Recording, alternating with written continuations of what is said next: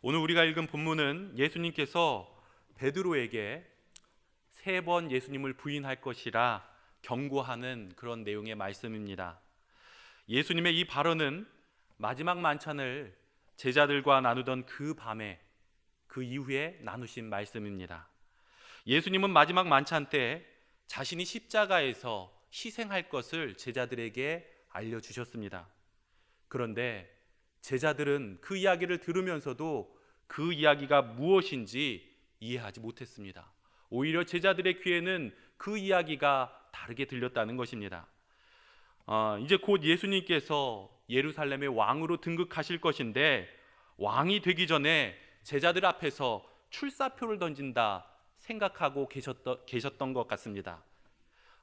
마치 삼국지의 도원결의를 하던 유비 관우 장부회와 같이 떡과 만찬을 나누면서 예수님의 몸과 피를 나눈 개국공신으로서 의리를 다지는 그런 의식 정도로 제자들은 생각했던 것입니다.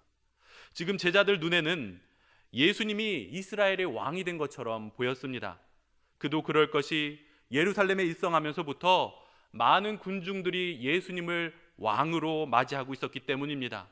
이사야의 예언과 같이 새끼 나귀를 타고 예루살렘에 들어가실 때에 수많은 군정들이 나와서 호산나 다윗의 자손이여 우리를 구원하소서 외치면서 모두들 군중들이 몰려오는데, 그 모습을 지켜보던 제자들은 감격할 수밖에 없었습니다. 그럼 그렇지, 우리 예수님만한 왕은 없지, 예수님은 이런 대접을 받을 자격이 충분히 있으신 분이지 라는 그러한 생각들을 했을 것입니다. 그렇게 사람들의 환호를 받으며 예루살렘으로 입성하신 예수님은 성전 안에 들어가시자마자 그곳에서도 새로운 판을 엎으셨습니다. 내 아버지의 집은 만민이 기도하는 집이라 외치시며 그곳에서 장사하는 무리들을 모두 내어 쫓으셨습니다. 이처럼 성전을 정화하는 개혁을 단행하셨던 것입니다. 그리고 당시 내놓으라 하는 성경 전문가 집단이었던 서기관과 바리새인들과 사두개인들과의 그러한 논쟁에서도 압도적으로 승리하시며 이 왕의 자격을 보여주셨습니다. 심지어 어떤 이들은 예수님을 올무에 걸기 위하여서 로마의 세금 문제를 들먹이기도 했습니다. 예수님의 그 정치적인 발언을 통하여서 로마인들 손에 넘기려 했던 것이지요. 그러나 예수님은 이러한 민감한 정치적 현안들에도 매우 지혜롭게 대처하시면서 그 문제들을 처리하셨습니다. 가이사는 가이사의 것에게, 그리고 하나님은 하나님의 것에게, 그렇게 고백을 했던 것이지요. 제자들 눈에는 이미 게임은 끝났습니다. 이변이 없는 한 예상대로 예수님은 이스라엘의 왕으로 등극하실 것이고 이는 곧 임박할 운명이라 생각했습니다. 그리고 오늘 이 6월절 밤이 바로 그 왕이 되기 전 마지막 밤이라 생각하고 있었습니다. 그래서 누가복음 22장 4절에 보면 성만찬 이후에 제자들 사이에서 누가 큰지 또 다툼이 일어나는 것을 볼 수가 있습니다. 누가복음 22장 24절입니다. 또 그들 사이에 그중 누가 크냐 하는 다툼이 난지라 이야기하고 있습니다. 제자들은 예수님과의 그 마지막 식탁 앞에서도 여전히 우리들 가운데 누가 큰 자냐, 그것을 놓고 다툼을 하고 있었다는 것이죠. 이들 눈에는 왕으로 등극할 예수님 옆에서 권력을 함께하면서 하나는 오른편에 하나는 왼편에 서려고 또다시 누가 더 큰지 다투고 있었다는 것입니다. 이들의 다툼은 마치 어린아이와 같이 유치하기 짝이 없었습니다. 제가 어린 시절에 유치원을 다닐 때 많은 기억은 안 나지만 요 하나하나 기억나는 사건들이 있습니다. 그 가운데 남자아이들끼리요, 그렇게 서로 경쟁하기를 좋아했는데 그 가운데 다툼의 주제가 생겼습니다. 누구의 아빠가 가장 대단한 아빠인가? 아이들 사이에서. 그래서 한 아이가 그러는 거예요. 우리 아빠는 사장님이야. 그러는 거예요. 그러면서 우리 아빠가 사장님이니까 최고야, 그 이야기를 하는 거죠. 그랬더니 애들이 하나둘씩 다 따라합니다. 유치원은 다 그래요. 애들이, 우리 아빠도 사장님이야. 그러니까 우리 아빠도 사장님이야. 애들이 다 자기 아빠가 사장이라고 막 그렇게 서로 최고라 이야기하는 겁니다. 그랬더니 한 아이가 이야기를 하는데요, 우리 아빠는 회장님이야. 그러는 거예요. 그러니까 우리 아빠가 높은 거라고. 그랬더니 아이들이 사장님, 회장님 뭘 아나요? 아니라고, 사장이 높은 거라고, 아니라고, 회장이 높은 거라고 싸움이 붙었습니다. 그래서 심지어 이 이야기를 가지고 이제 선생님한테 찾아가서 선생님, 사장이 높지요? 선생님, 회장이 높지요? 하면서 아이들이 싸우는 거예요. 그렇게 한참을 싸우고 있는데 남자아이 가운데 한마디도 하지 않던 한 아이가 있었습니다. 그 아이가 조용히 입을 열더니 하는 말이, 그래도 우리 아빠가 싸움은 제일 잘해, 그러는 거예요. 그러면서 그 증거로 이야기를 하는데, 우리 아빠 어제 우리 엄마도 때렸어. 그랬더니 우리 아빠가 사장이다, 회장이다 다투던 아이들이 갑자기 다 싸움으로 옮겨갔습니다. 우리 아빠도 싸움 잘하거든. 우리 아빠도 엄마 맨날 때려. 이러면서 아이들이 우리 아빠가 최고라고, 이것이 자랑인지 부끄러운 건지도 모르고 그렇게 다투면서 이야기를 하고 있었다는 것이죠. 오늘 예수님의 제자들의 모습이 마치 이런 어린아이와 같습니다. 자신이 자랑하는 것이 무엇인지도 모른 채 서로가 더 높은 것이라 그렇게 우기며 자랑하고 있었다는 것입니다. 예수님 눈에는 그 제자들의 모습이 이 유치원생 어린아이처럼 보였을 것입니다. 예수님의 마지막 성만찬에서 말씀하셨던 것처럼 예수님이 걸어야 할 그 길은 이 땅의 가치와는 전혀 다른 십자가의 길이었습니다. 그 십자가의 길은 자신을 부인하고 내 욕심과 자아를 억누르며 하나님의 뜻을 이루기 위해 희생의 자리로 걸어가야 하는 그런 길입니다. 그리고 또한 그 길은 앞으로 제자들이 따라서 걸어가야 할 그러한 길이었습니다. 오늘 우리가 걸어야 할 길, 우리의 사명이 무엇인지 분명히 기억할 수 있는 여러분이 되시길 바랍니다. 우리가 잠시 이 땅에 머물러 있지만 우리는 이곳에서 영원히 살 사람들이 아닙니다. 하나님의 생명의 복음을 증거함으로써 그 하나님의 영원한 나라를 소유해야 할 하나님의 백성인 것입니다. 이 땅의 육신의 정욕에 사로잡힌 인생이 아니라 하나님의 나라, 그 하나님의 뜻을 우리 삶 가운데 최우선의 가치를 놓고 살아갈 수 있는 여러분이 될 수 있기를 바랍니다. 오늘 예수님은 누가 더 높은 자인지 한창 열띤 논쟁을 벌이고 있는 제자들에게 아주 충격적인 발언을 하셨습니다. 예수님은 제자들에게 오늘 밤 너희가 다 나를 버릴 것이다, 그렇게 선포하셨던 것이지요. 제자들은 예수님이 던진 이 말씀이 도무지 무슨 뜻인지 이해하지 못했습니다. 지금 제자들 마음은 이미 예수님께서 이스라엘의 왕이 되어 자신들은 그 오른편 왼편에 앉아 부귀영화를 누리는 모습을 상상하고 있는데, 갑자기 예수님을 버린다니, 내가 왜? 내가 그 자리를 차지해야 되는데 내가 왜 버려? 하고는 지금 도무지 예수님의 말이 무엇인지 이해하지 못하고 있습니다. 자신들이 상상하던 꿈과 너무나도 괴리가 날 정도로 큰 차이가 있어서 예수님의 그 뜻을 이해하려 하지 않았던 것이지요. 제자들이 아무 말도 하지 못할 그 찰나에 가장 눈치 빠른 제자 베드로가 나섰습니다. 오늘 말씀 33절입니다. 베드로가 대답하여 이르되 모두 주를 버릴지라도 나는 결코 버리지 않겠습니다. 베드로는 지금 예수님께서 제자들에게 충성도를 테스트하는 것으로 여겼습니다. 오늘 밤에 예수님께 위기가 닥쳐온다면 누가 나를 지킬 것이냐 라고 예수님이 물어보는 줄 알고 베드로는 본능적으로 다른 사람과 비교해서 자신을 드러내고 있습니다. 맞습니다. 예수님, 다른 제자들 영 믿음직하지 못하죠. 잘 보셨습니다. 제가 봐도 다른 사람들은 다 배신하게 생겼습니다. 그런데 다른 사람들과는 달리 저는 끝까지 예수님 곁을 지키겠습니다.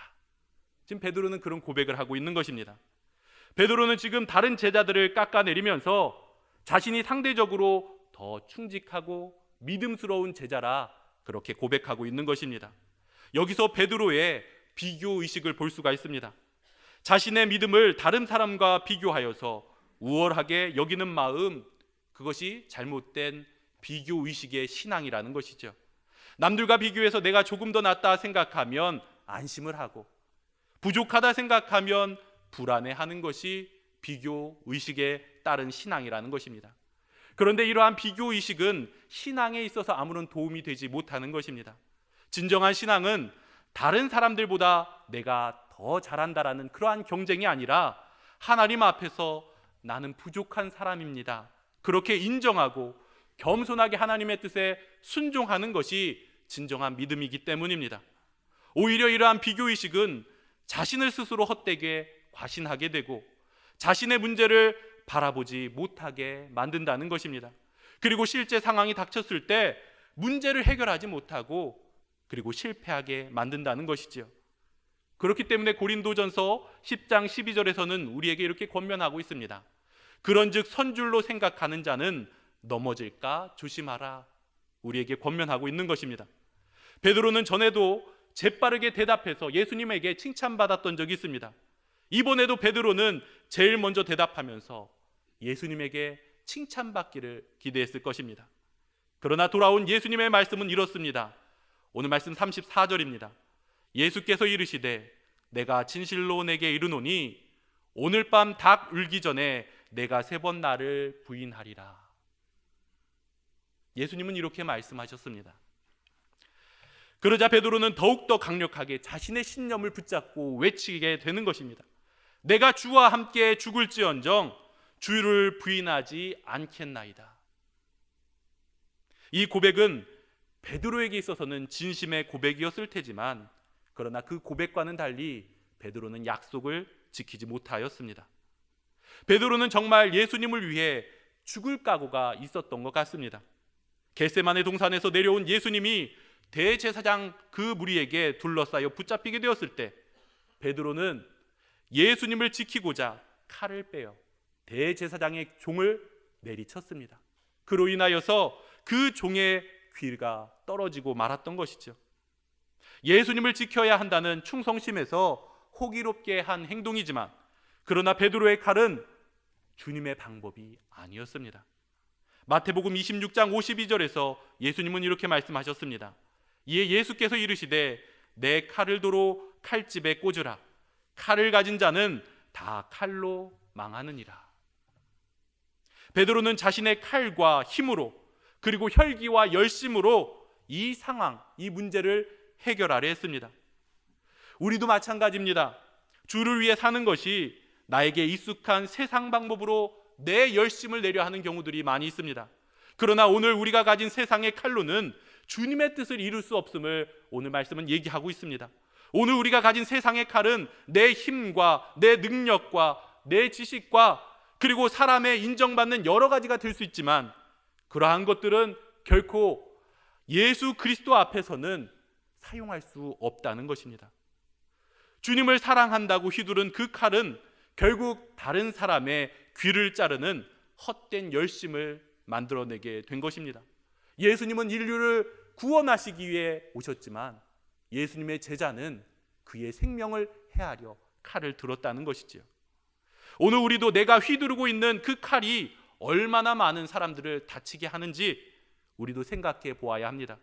그리고 주님을 위하여 뽑은 이 칼이 주님과는 전혀 상관도 없는 엉뚱한 일에 쓰이고 있지는 않은지 생각해 보아야 한다는 것입니다. 나는 이렇게 주님을 위해 열심히 최선을 다하고 있어 그러한 만족감을 줄지는 모르겠지만 그 칼로 인하여 주변에 많은 사람이 다치고 그리고 주님도 그 칼을 지금 거두라 말씀하고 계시는지 우리는 우리의 모습을 점검해야 하는 것입니다. 힘으로 세상을 바꾸려 하는 사람들은 하나님과 상관없는 일들을 이루어가는 경우가 많이 있습니다. 그 힘이 자기 자신의 기준이기 때문에 사람들을 그 힘으로 찍어 누르는 방법을 사용합니다. 늘 다른 사람들을 향한 화살을 쏘기 때문에 주변에 있는 사람들은 그 사람을 피하고 싶어 하지만 본인은 주님의 일을 하고 있노라고 자기 합리화를 하면서 살아가고 있다는 것이죠. 오늘 내 손에 들려진 그 세상의 칼은 주님의 뜻에 따라 칼집에 꽂아야 하는 것입니다. 내가 원하는 것은 내 방식대로 하려는 이 본능적인 힘을 먼저 내려놓는 것이 예수님을 따르는 길인 것입니다. 다른 사람들을 지배하는 것에서 내 자신의 가치를 찾는 것이 아니라 우리는 주님의 뜻에 순종하며 주님의 통치를 받으며 그 뒤따라가는 길에서 올바른 믿음을 사모해야 하는 것입니다. 세상의 칼을 빼려는 그 순간 우리는 가장 먼저 주님의 음성에 귀 기울여야 합니다. 그리고 주님의 뜻에 순종해야 하는 것입니다. 내 힘으로 할 수 없는 그것을 먼저 인정하고 정직하게 주님의 도우심을 구해야 하는 것입니다. 오늘 베드로가 든 그 칼은 우리의 영혼을 구원할 수 없었습니다. 오히려 상처를 주고 주님과 멀어지게 만드는 그러한 도구가 되었습니다. 그러나 주님께서 짊어진 십자가는 우리에게 참 생명을 주었습니다. 골고다를 향하여 걸어가는 그 미련해 보이고 연약해 보이는 한 걸음 한 걸음이 우리에게 생명의 축복이 되었습니다. 오늘 주님이 보여주신 그 순종을 통하여서 하나님의 뜻을 발견할 수 있는 여러분이 되시기 바랍니다. 그리고 내 혈기, 내 욕심, 내 정욕의 칼을 모두 내려놓고 주님 뜻에 순종할 수 있는 우리 청북교회 모든 성도님들 되시기를 예수님의 이름으로 축원드립니다. 결국 예수님은 그렇게 대제사장의 집에 붙잡혀 가셨습니다. 그때 베드로는 예수님이 재판받는 그 제사장의 뜰에 홀로 몰래 침입하여서 저 먼 발치 예수님의 모습을 지켜보았습니다. 이번에도 예수님께서 또 놀라운 기적을 통하여서 이 위기를 극복해 나아가시리라. 그러한 신락 같은 희망을 가지면서 저 먼 발치에서 베드로가 지켜보고 있는 그때에 대제사장의 뜰에 있던 어떤 여종이 베드로를 알아보고 말았습니다.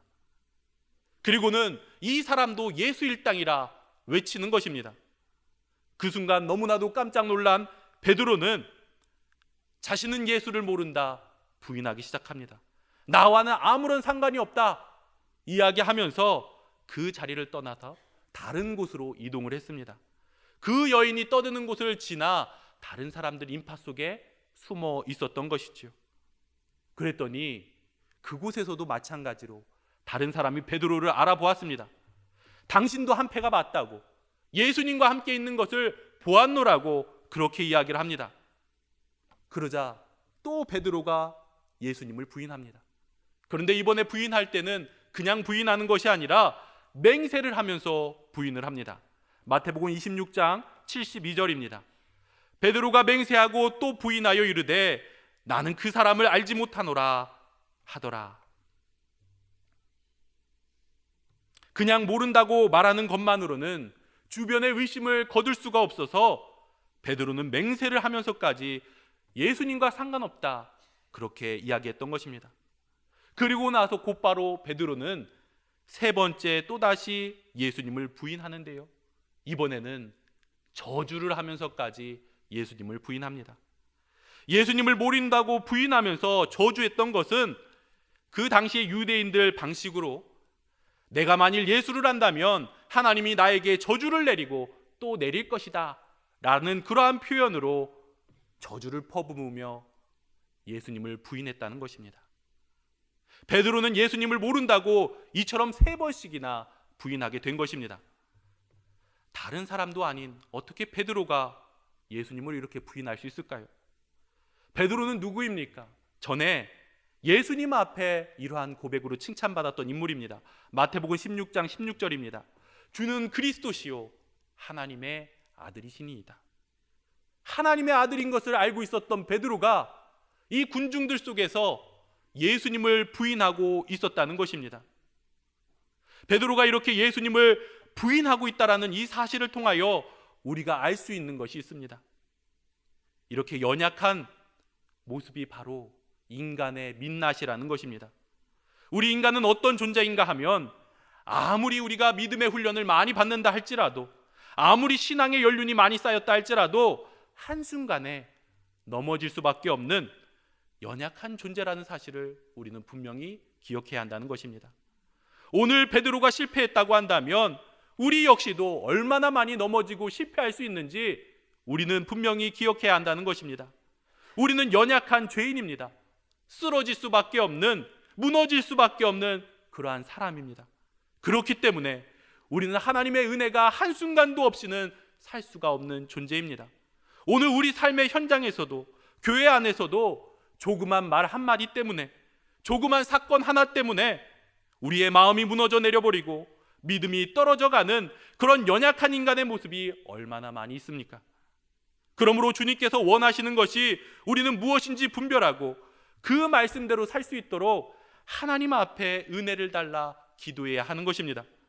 오늘 연약한 우리의 모습을 기억하면서 더욱더 하나님 앞에 은혜를 간구하며 살아갈 수 있는 우리 청북교회 성도님들 되시기를 바랍니다. 그렇다면 이렇게 다짐하고 호언장담했던 베드로가 이처럼 무너지게 된 배경은 무엇일까요? 첫 번째로 베드로는요, 겟세마네에서 기도하지 않았기 때문입니다. 예수님께서는 제자들을 향하여 말씀하시기를 마태복음 26장 41절입니다. 시험에 들지 않게 깨어 기도하라. 마음에는 원이로되 육신이 약하도다 라고 말씀하셨습니다. 예수님이 그렇게 부탁했지만 안타깝게도 겟세마네 동산에서 제자들이 편히 잠만 잤기 때문에 결국 넘어지고 말았다는 것입니다. 아무리 믿음이 뛰어난 사람이라 할지라도 기도 없이는, 하나님 도움 없이는 우리 앞에 다가오는 시험과 문제를 이겨낼 사람은 없다는 것입니다. 예수님이 이 위기에 대해서 계속해서 경고하셨습니다. 예수님은 이미 베드로가 3번 모른다고 부인할 것을 미리 알려주셨습니다. 그러므로 예수님께서 그것을 경고하실 때 베드로는 자신의 믿음 없음을 고백하며 주님께 도와달라 간구했어야 하는 것입니다. 그 경고의 말씀을 두렵게 받아들이고 주님의 명령대로 겟세마네에서 깨어 함께 기도해야 했다는 것입니다. 그런데 베드로는 예수님의 경고를 무시했습니다. 예수님의 경고를 가볍게 여겼습니다. 그런 위기쯤은 내가 그동안 배워왔던 그러한 믿음의 경륜을 가지고 이겨낼 수 있을 거라 그렇게 생각했습니다. 오늘 우리에게도요, 예수님은 마지막 때를 살아가는 교훈을 주고 계십니다. 주님께서 다시 오시는 그날에 믿음을 가진 자를 보겠느냐 탄식하시면서 그 마지막 때를 경고하고 계셨습니다.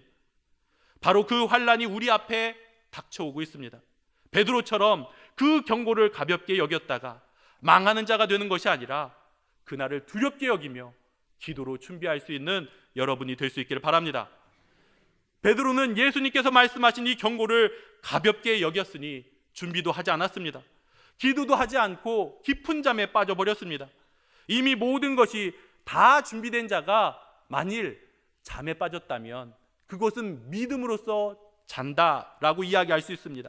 하지만 베드로처럼 전혀 준비되지 않은 자가 잠에 빠지는 것은 영적 게으름이라 할 수 있는 것입니다. 오늘 우리는 이러한 영적 게으름을 주의해야 하는 것입니다. 영적 게으름은 하나님과의 관계, 그리고 또 하나님과의 말씀, 그리고 기도를 소홀히 여기는 것입니다. 신앙생활의 본질인 부분에 대해 무관심하거나 또는 태만함을 가지고서 행동하는 것이 영적 게으름이라 할 수 있는 것입니다. 성경에서도 이러한 자들을 경고하고 있습니다. 잠언서 6장 9절에서는 게으른 자여 내가 어느 때까지 누워 있겠느냐 우리에게 그렇게 얘기하시고요. 로마서 12장 11절에서는 부지런하여 게으르지 말고 열심을 품고 주를 섬기라 우리에게 권면하고 있습니다. 오늘 우리가 이처럼 게으르지 않고 깨어 있어야 하는 것입니다. 한 마을에 등불을 들고 밤마다 등대를 지키고 있었던 등대지기가 있었습니다. 그 임무는 배들이 안전하게 항구에 들어올 수 있도록 불을 밝히는 것이 그의 임무였습니다.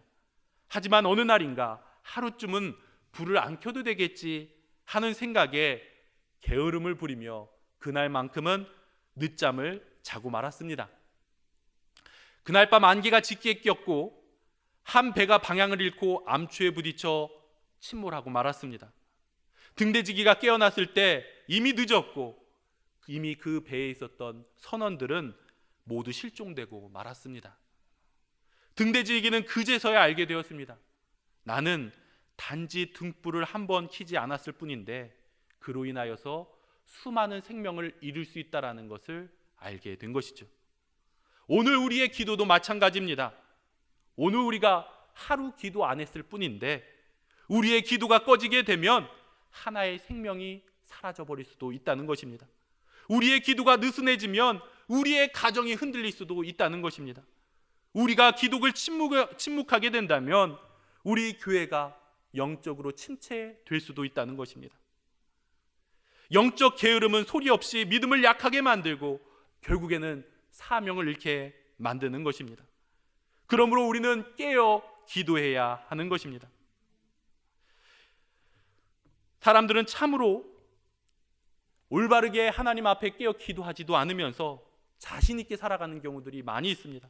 이만하면 됐지라고 착각하면서 사는 경우들이 많이 있습니다.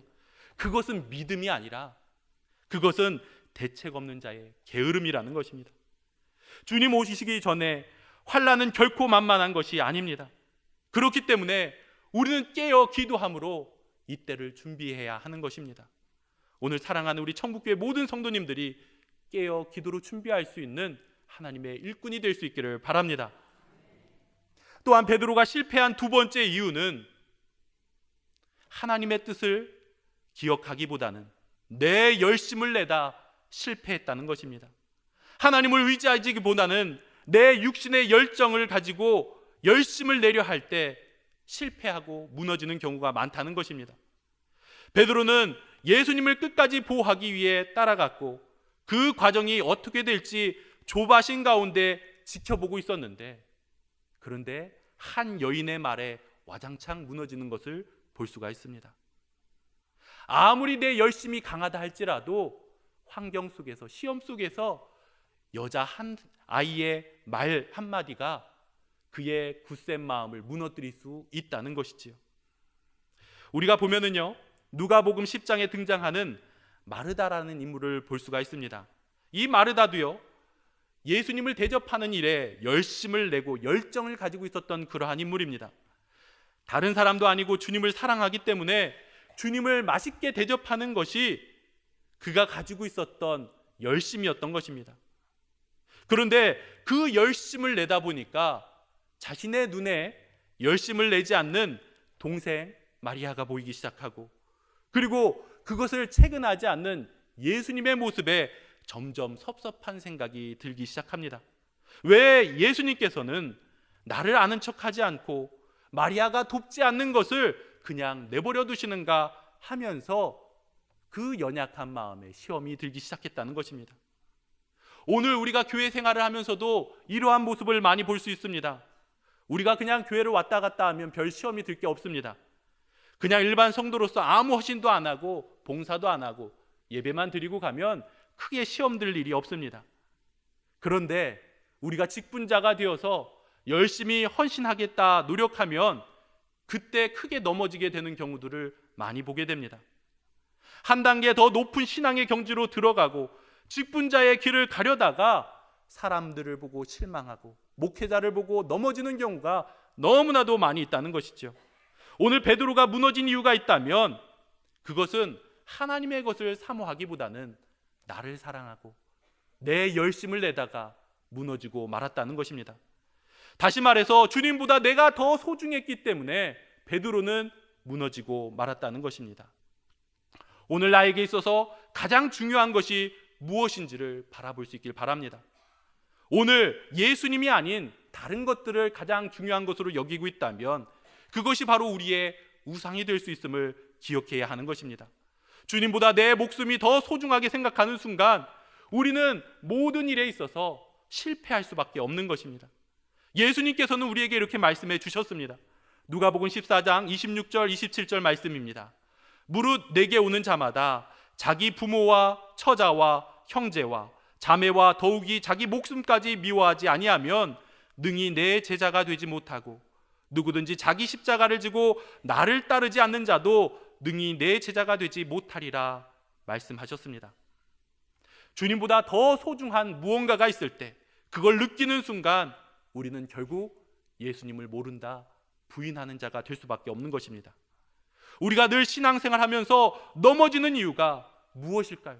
그것은 바로 예수님이 살아있는 것이 아니라 내가 살아있기 때문입니다. 신앙생활을 하면서 주님만을 사랑하고 주님을 가장 최고의 위치에 있다고 한다면 우리가 결코 넘어지지 않을 터인데, 내가 살아있고 그리고 내 중심으로 산다면 결국 우리는 넘어질 수밖에 없다는 것입니다. 사람들이 나를 인정해 주지 않고 사람들이 나에게 박수 쳐주지 않고 사람들이 내가 한 헌신과 노력에 대해 아무도 인정해 주지 않을 때, 그때 시험에 들어서 무너지게 되는 것입니다. 오늘 우리의 신앙생활 가운데 가장 중요한 것은 무엇입니까? 오늘 우리는 내가 죽고 예수가 살아야 한다는 것입니다. 그래서 사도 바울은 갈라디아서 2장 20절에 이렇게 말씀합니다. 내가 그리스도와 함께 십자가에 못 박혔나니 그런즉 이제 내가 사는 것이 아니요 오직 내 안에 그리스도께서 사시는 것이라. 이제 내가 육체 가운데 사는 것은 나를 사랑하사 나를 위하여 자기 자신을 버리신 하나님의 아들을 믿는 믿음 안에서 사는 것이라 고백했습니다. 이러한 고백이 오늘 우리의 고백이 될 수 있기를 바랍니다. 오늘 예수님을 3번이나 부인하고 자기의 약속을 지키지 못했던 이 실패한 베드로의 모습을 지켜보았습니다. 그런데 더 놀라운 사실은 이러한 배신자 베드로를 예수님은 끝까지 포기하지 않으셨다는 사실입니다. 만일 주님께서 완벽한 사람만 찾으시고 흠없는 사람들만 고르신다고 한다면 우리 가운데 누구도 예수님의 제자가 될 사람은 없을 것입니다. 하지만 주님께서는 놀랍게도 자기 자신을 모른다고 부인했던 이 베드로를 끝까지 사랑하셨고, 그리고 그 사랑을 위하여 닭 울음소리를 준비했습니다. 마태복음 26장 34절입니다. 예수께서 이르시되 내가 진실로 내게 이르노니 오늘 밤 닭 울기 전에 내가 3번 나를 부인하리라. 예수님께서 예언하신 것처럼 닭이 울기 전에 3번 부인하는 베드로의 모습을 보게 됩니다. 베드로가 예수님을 모른다 3번 부인하는 그 순간 닭의 울음소리가 들렸습니다. 마태복음 26장 74절 그리고 75절에 보면 이렇게 말씀하고 있습니다. 그가 저주하며 맹세하여 이르되 나는 그 사람을 알지 못하노라 하니 곧 닭이 울더라. 이에 베드로가 예수의 말씀에 닭 울기 전에 내가 3번 나를 부인하리라 하심이 생각나서 밖에 나가서 심히 통곡하니라. 베드로는 그 닭 울음소리를 들을 때 예수님이 하셨던 그 말씀과 자신의 언약의 그 내용들이 주마등처럼 지나갔던 것입니다. 그곳에 있었던 다른 사람들도 동일하게 닭 울음소리를 들었지만 그러나 다른 사람들에게는 특별한 닭 울음소리가 아니었습니다. 그냥 매일매일 울리는 그러한 닭 울음소리였습니다. 그러나 베드로에게는 이 닭 울음소리가 영혼을 흔드는 주님의 신호였던 것입니다. 예수님께서는 베드로의 마음을 흔들고 계십니다. 예수님이 3번 부인한 그 말들을 정확히 성취되었음을 보여주면서 예수님은 네가 한 말을 잊지 않았다 라고 알려주고 있는 것입니다. 이 울음소리는 베드로를 통하여서 그가 가지고 있었던 교만과 그리고 연약함을 한꺼번에 드러내게 하면서 이제는 빠져나갈 수 없이 하나님 앞에 회개할 수밖에 없는 그 자리로 이끌어가고 있습니다. 예수님은 이 닭 우는 소리를 통하여서 베드로를 정죄한 것이 아니라 회개의 길을 인도하셨던 것입니다. 지금이라도 돌아오라. 나는 너를 다시 받아주고 세워줄 준비가 되어 있다 말씀하시는 것입니다. 오늘 우리에게도요, 주께서 우리만 깨달을 수 있는 닭 울음소리를 주셨습니다. 다른 사람들에게는 들리지 않습니다. 특별히 나만 아는 하나님의 시그널, 하나님의 신호가 있다는 것입니다. 우리 삶 속에서 그 다양한 소리들이 들려옵니다. 때로는 가장 정확하게 하나님 말씀 성경을 통해서 들려오기도 하고요, 때로는 설교를 통하여서 들려오기도 하고요, 주변에 일어나는 사건이나 만나는 사람들을 통하여서 하나님은 계속해서 우리에게 신호를 보내주고 계십니다. 내가 경험하는 그 일을 통하여서 하나님은 깨닫게 해주십니다. 그 순간 우리가 그 소리를 듣고 그냥 스쳐 지나가는 것이 아니라 베드로가 듣고 마음에 깨달아 주님 앞에 다시 나아갔던 것처럼 다른 사람들에게 아무런 의미가 없는 그 닭소리라도 우리에게 들려오는 특별한 하나님의 음성을 들을 수 있는 여러분이 될 수 있기를 바랍니다. 베드로는 이 닭 울음소리를 통하여 다시금 회개하는 심령으로 통곡하며 나아갔습니다. 오늘 하나님께서 주시는 그 사랑의 신호, 닭 울음소리를 들을 수 있는 여러분이 되시기를 바랍니다. 우리를 향해서 들려주시는 그 하나님의 사람의 음성을 외면하지 마시고 주님 앞에 그 음성을 듣고 반응할 수 있는 순종의 사람이 될 수 있기를 바랍니다. 오늘 말씀은 변하기 쉽고 흔들리기 쉬운 그 사람의 열심과 의지에 희망을 두지 말고 오늘 우리가 하나님에게 소망을 두어야 함을 알려주고 있습니다. 우리를 죽기까지 사랑하신 그 예수님의 사랑을 기억하면서 우리가 날마다 기도로 깨어 하나님과 동행하는 축복된 삶을 살아갈 수 있는 천국교회 모든 성도님들 되시기를 예수님의 이름으로 축원드립니다.